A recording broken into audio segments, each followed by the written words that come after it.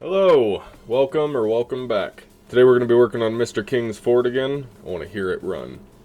If you're liking this content or you want to help me grow, then please like, share the video, and subscribe. It helps a whole lot as far as the algorithm and getting my channel to grow. Thank you and enjoy the video. Alright, we're going to be doing some work on Mr. King's Ford. You got to take a look at these production quality changes right here. That's the GoPro. That's what I film everything on. We're gonna find better production equipment than this. We need to get Mr. King's Ford running. That's what's behind you right now. Let's do it. We have a lot of stuff to tackle. I'm gonna start by making a list so my brain can start wrapping its way around all of that crap. I could just start tackling it, which is another method that I usually use, but this time I decided I'd try to make an actual list so you could tell what I'm doing. Okay, here's what we got going. We have a little truck, first of all, making tractor noises by the end of this video. Here's the list. Some of this doesn't need to be done in order to get this thing running, which our goal in the video is just to have this thing running. The front end isn't even going to be on yet. I want to hear that thing make tractor noises again. These are in no particular order. There's a couple things that aren't on this list. They'll get added to it as we go. We have motor mount bolts, cross member, fuel lines, feed and return, fluids in. We need to wire up the starter, wire up the glow plugs, put turbo back on, weld the downpipe, weld an exhaust, bleed the brakes. There will be more added to this. This is where I'm starting. Let's start crossing stuff off of it.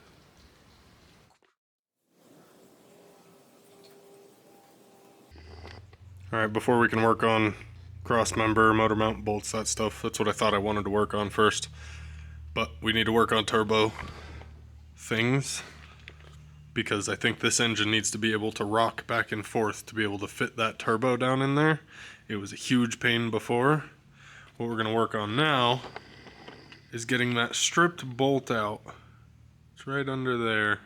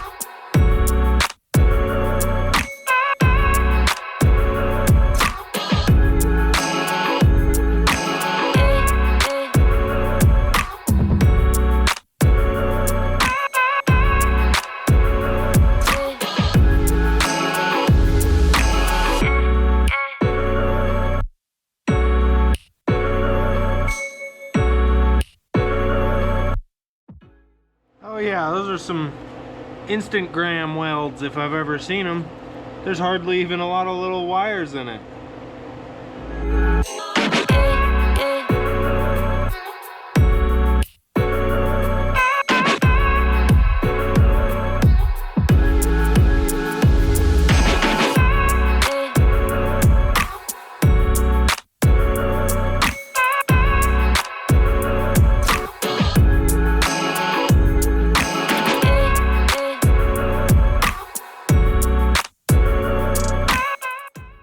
Day. Here's our beautiful downpipe. Went up to Napa and got a sheet of this stuff. It's called Felramic. It's what they had as far as high temp exhaust gasket goes. That's what we're going to use for the turbo, downpipe flange, and pretty much all the rest of the exhaust gaskets. Usually I use something that's a lot softer that you can almost just cut with a good pair of scissors. If you look at this, it is a gasket material. Get her to focus, come on, thin line, that's what you want. There it is. So you got gasket material, it's fibrous on the back, and then there's a metal, almost like a framing nail, that is stuck to the fibrous material. The only exhaust gasket that I have previously dealt with was not like this. It was made of graphite. It was just like an 1/8 inch chunk of graphite exhaust paper that was in a smaller section than this. So we're gonna try to use these, that much and about that much. So I have a trick that I learned a while back. I might be able to kind of imprint the shape. The trick itself isn't going to work because this is actual metal. I don't think it'll work. We'll try it still. It works with a lot of different gaskets. Just about anything that you're making gaskets for, you can use this. But generally, like I said, it's not like actual metal. Secondly, as far as advice for doing this, generally you want a small ball peen hammer, not a dead blow with a rounded end. But my ball peen is all the way across the property and I'm not walking over there right now.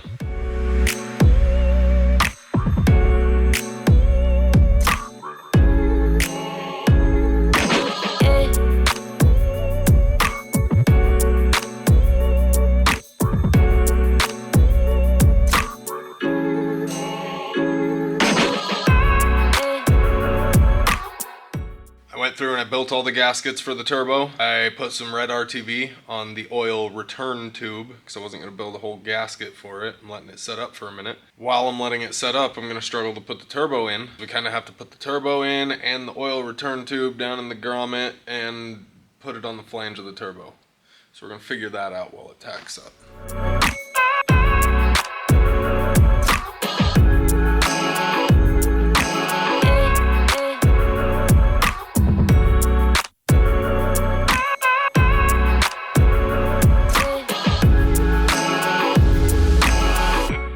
There's been a pretty major oversight on my part. Anytime you're doing something like this, you should always check to make sure that they didn't bend firewalls, cut things, that kind of stuff for clearance.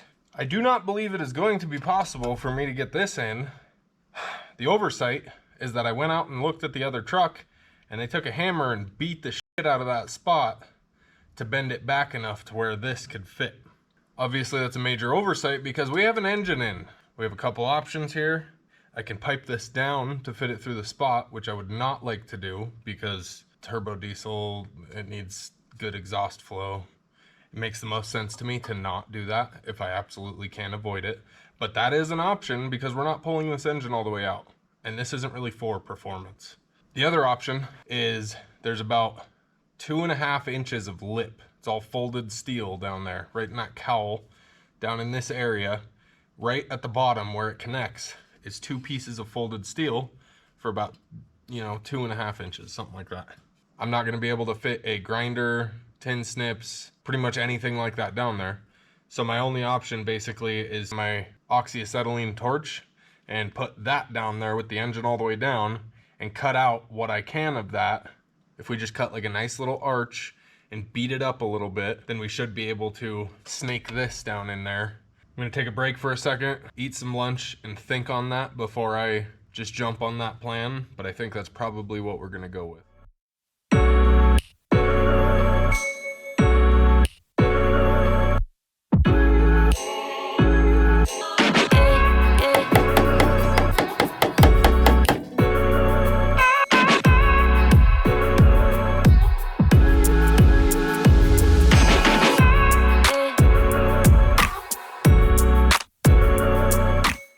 Down pipe is in, has clearance, it's touching in one spot down there, but it's a heat shield, so I'm not even gonna worry about it.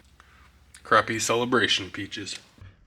The cross member in that other truck was modified, something like this. So I just took the torch to it, got that done. It's to clear the exhaust manifold that they built for it. I'm not rebuilding all of the exhaust, so I just replicated the modification they did to this cross member. It's still plenty strong to hold that transmission up. I didn't have any black paint to cover all the bare metal, so of course we went with the Ford blue that we already had. It's just rust preventative. Nobody will ever see it. Who cares? Let's get this thing shoved in there now.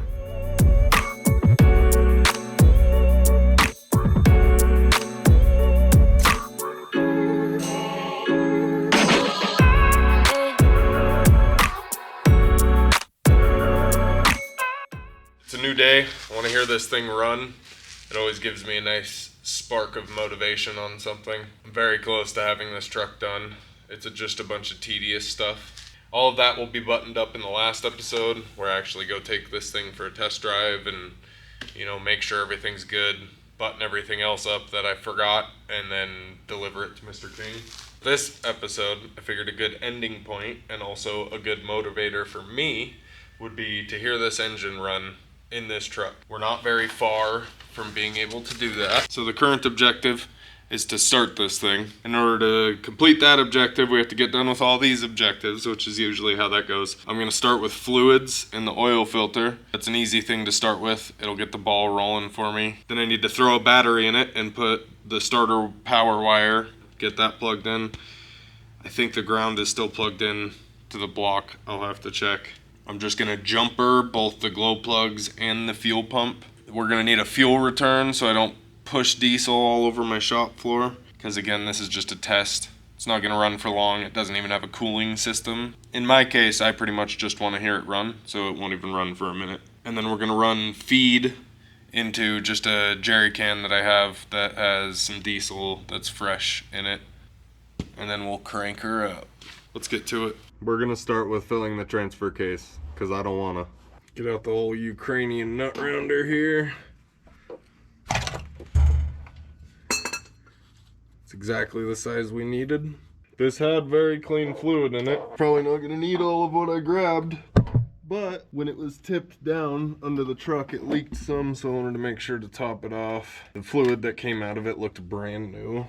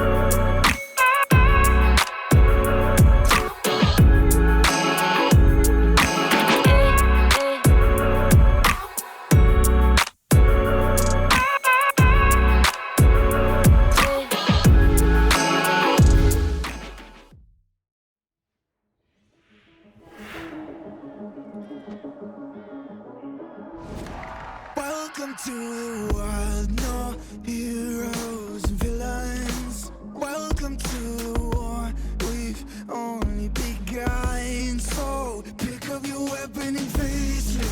There's blood on the ground, go and take it. You get one shot to make it out alive. So higher and higher you chase it. It's deep in your bones, go and take it. This is your moment. Now is your time, so prove yourself and rise, rise. Make them remember you.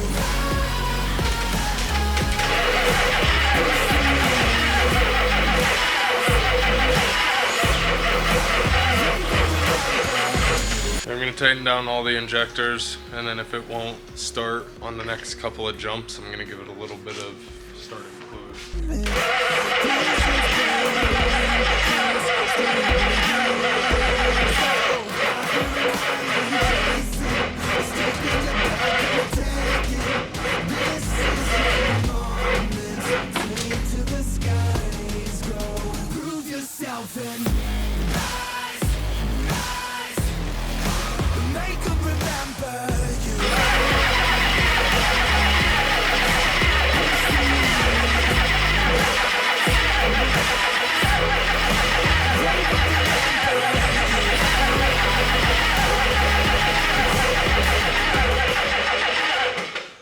Jump it 2 more times, and if it doesn't fully start, then I'll spritz it with some starting fluid. I would like to see it start without it, but alright, this is the one. Just start, you hunk of shit. Oh, turns out it's the next one. Take number 3 bajillion D and 4. think we're gonna give her a snort. Starting fluid right now anyway. Try to help the fuel prime.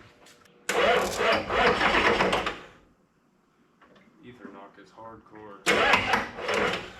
As long as that was ether, even though I gave it only a tiny bit with no glow plugs, and not it spinning a fucking rod bearing like it sounded like, then it should start up. But that didn't sound good. Well, let's see what it sounds like.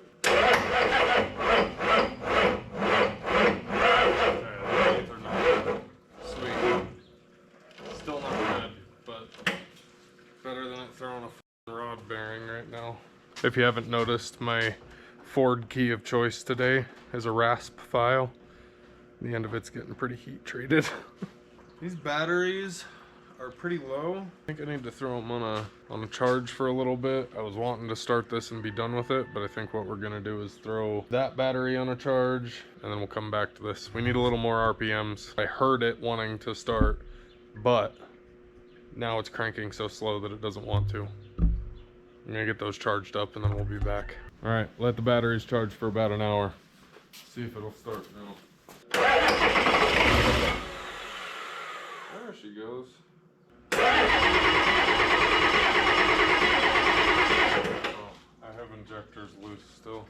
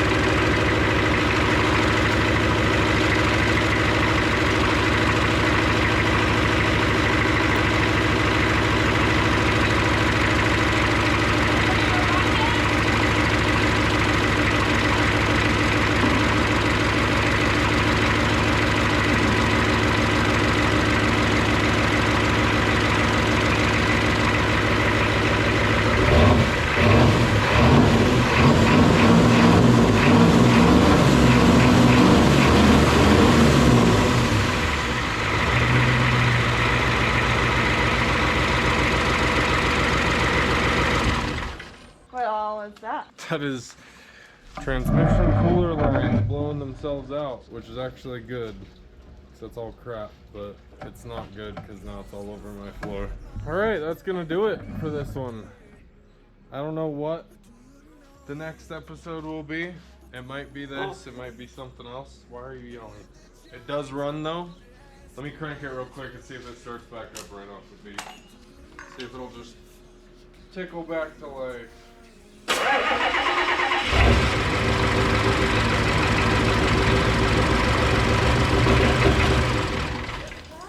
There's no spring on the throttle cable, so it's jumping around, but it's good. Thanks for joining me. Like and subscribe. Join me next time for I don't know what yet. Remember, don't let your meat loaf.